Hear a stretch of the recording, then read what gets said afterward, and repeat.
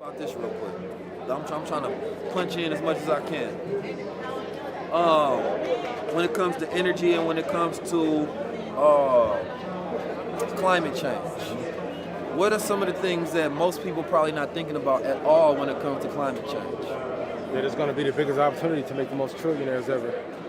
Because most tech companies don't do anything of value. So when I was a kid, I thought we would have flying cars or a lot more automation. We got Twitter, a remix of instant messenger. Instagram was great at one point, and that fell away. With the climate crisis that we're going through, the companies that can actually begin to fix Earth or make it clean again, that is a real problem that needs to be solved. Because none of this stuff matters.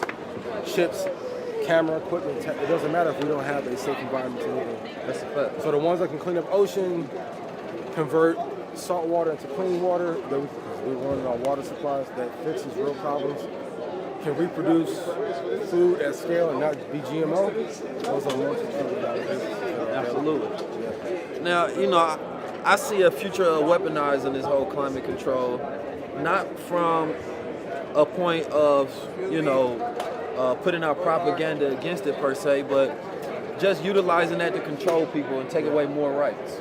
You understand me? Because because this generation believes in climate control like no other generation ever. Yeah. Like it's miles of separation when it comes to how blessings to the God. What's going on, my brother? It's miles of separation when it comes to how the boomers, the Gen Z, the millennials think of climate change, right?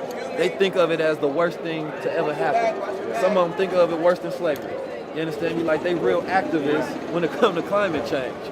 So it's like, with that, they wouldn't mind giving up rights if it make the planet better, right? And what this country does and what all governments do is they always find a way to take more power and more control. So imagine if there was a crisis that happened, right? An energy crisis. It could be anything. It would just be a reason why we say, nope, you can't do this, that, and the third. And they're utilizing it already to control corporations that don't meet compliance, that are a part of these cabals of climate change. You understand me? So now, if you want to or not, I don't care how much money you got.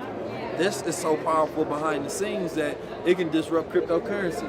You understand me? Because they have ways of shutting it down if they wanted to, just on the way that they've been building. NSA, CIA, the government, regimes, politics, all of this shit is intertwined in this moment. And it's going to become transparent as far as what things really are. Because what was in the shadow is now going to be on the blockchain. You understand me? Like, this is a time of revelation. You feel me? And I only say that so people can understand once they start seeing it playing out, they start to understand what's happening. Not shocked, yeah. You understand me? Like, I already know, like, our children's children, like, they will probably look at the things, you know how like PETA is for a generation of vegans. They go look at things that we did that may have caused emissions or, you understand me, pollutions, and they go scuff at us like, what? What the hell are you guys doing? That wasn't recycling? Yeah. Like, that's the new activism wave, because it takes away from human rights and it goes to planet rights. You understand me? We don't have to care about the human being, we care about the planet now. You understand me? Which completely decreases opportunities for civil rights, right, within our culture. So everything that we once had at the forefront is now been thrown on the back burner. We are the least important when it comes to political change, social change, and rights. You always have been. That's a fact. But at least we could fake it like we could fake like civil rights was popping. Now it's like, we got women rights, hold on, we got gay rights, now we got climate rights, we got Asian rights. We'll talk to y'all after, which means we ain't gonna never get to you. Whoever's in the back of the line, there's never a guarantee you ever gonna be spoken to. And if they do speak to you, there's no guarantees they gonna put on that table. Because we don't move as one unit. Yeah. Voting anything. We collectively can't agree on anything. And once you have that kind of division, it's easy to take over. Well, let's talk about that then, right?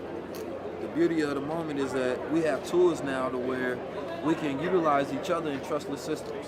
You understand me? Like, we talk about blockchain a lot, and really we should scream it. You understand me? People should be outside picketing, like, black people, get on this. The same way we picket a black dead body, we should be picking up and picketing these opportunities that black people are not creating, because it's going to create more dead bodies at the end of the day, right? But you know why we don't? Talk to me. We don't really want to be free. So what is freedom?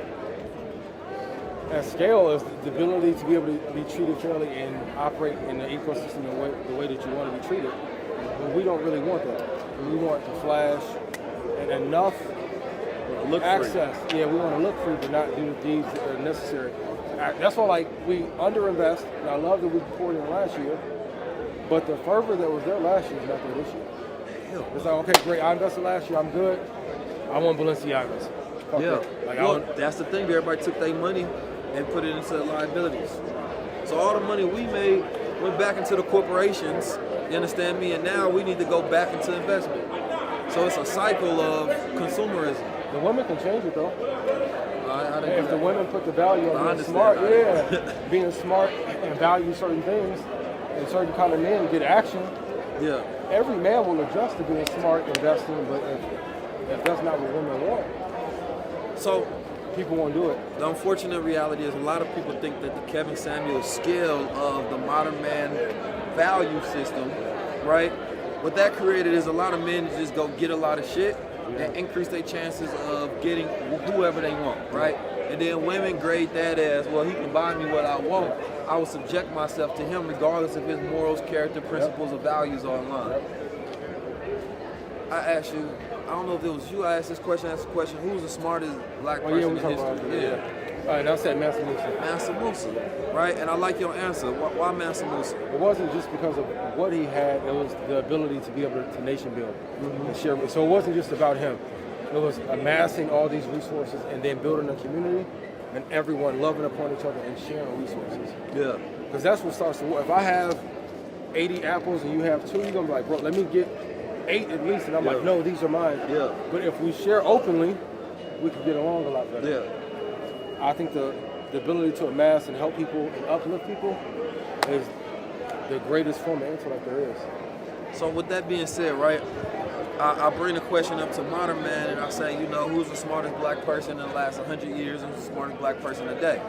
The average person, if I answer that question, they go throw out a couple random figures, whoever they think is popular in their mind, right? Not who they truly think is the smartest. You ask that about white culture, we got 5 top guys we can think of quick.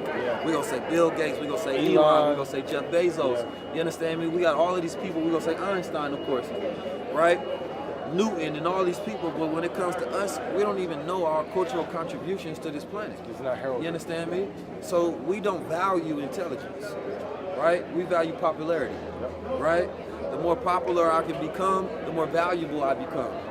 When the smarter I become has nothing to do with my popularity, right? Which means that it don't increase my chances of having sex with women, having all of these different things. On a logical level, it's gonna always increase your chances of doing whatever the hell you want to. But if we make intelligence the standard, then we will always put up the best people in front of our culture to lead. You understand me? Meaning that if I set a stage, do I want the most popular person on the subject or do I want the smartest? The best, who can give the most value. Our culture never gets led by the smartest people. A lot of the entertainment has to fall in order for it to happen. It will fall, and it's gonna happen because a lot of entertainers go try to switch over, but you gotta have experience of education to educate people. You can have valuable knowledge, but it's a way you have to process, break down, understanding the learning process to be able to teach people to where they can get it, receive it, and actually execute. Have done it. There's one thing to be able to regurgitate, but to actually live the principles, manifest from it, that's totally different. Yeah, and most people are better at motivation than they are education. There's no value in motivation. Motivation without instructions is dangerous, man. You understand me? I can be motivated to do something, but if I don't know how to do it, it's dangerous for me. It's the same way I tell a person, go in the gym and work out. When they go in there and work out, all of a sudden, you understand me, they pull their leg or something, or they hurt their back. Because yes, the activity was right, or which I told you to go do, but I never gave you instructions. I never actually showed you how to do it. I never gave you the results. An actual blueprint that works. An actual blueprint. So now we blueprinting. You understand me? I've built platforms, I've built organizations, I've taught people how to make money and do for self and how to become their own boss and make hundreds of thousands of dollars, right? And not where they consistently need me. I teach them the game and be like, be free. And be free, and do it on your own. They just take the bird and put them in a cage. I take the bird and don't fly. You understand me? You have to. That's the difference. It's the Underground Railroad. At scale, we have to want that for ourselves, and because a lot of times it's not that we want to shine together. One person wants to shine and stunt on everybody. Yeah. We have to take a lot of their ego. And then the stunting be so whack because it's over-branded stunting. You understand me? Most of the stunting is somebody put on some Gucci or Louis or some fake-ass brands Which and are acting other like you a families. man. Yeah. That ain't manhood. That ain't godhood. That ain't what you say you are, because most of the time we only gangster when we can bully somebody. We ain't gangster to the corporation we getting bullied by. Yeah. Everybody know they getting fucked in contracts all day long, but they want to kill their brother. Yeah. This man just robbed you of millions of dollars. This person did something that didn't even matter. You understand me? Because we bullies to each other, and we get that passed down from slavery actions.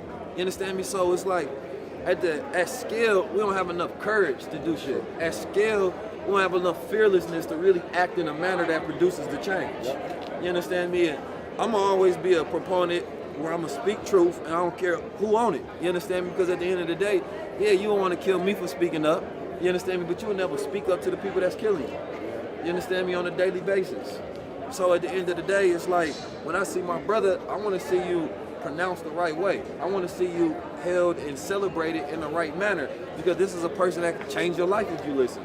I don't care how many albums you fucking listen to of your favorite rapper, they will never give you the returns of listening to an hour segment of my brother. It's real. You understand me? And that's most of the peers that's in the space of what we do. Yeah. You understand me? Whether it's the Wall Street Trappers or Earn Your Leisure, you understand me? Or anybody else that's producing change based on results, you understand me? And actually caring and putting standards in the culture. Everybody ain't got no standards.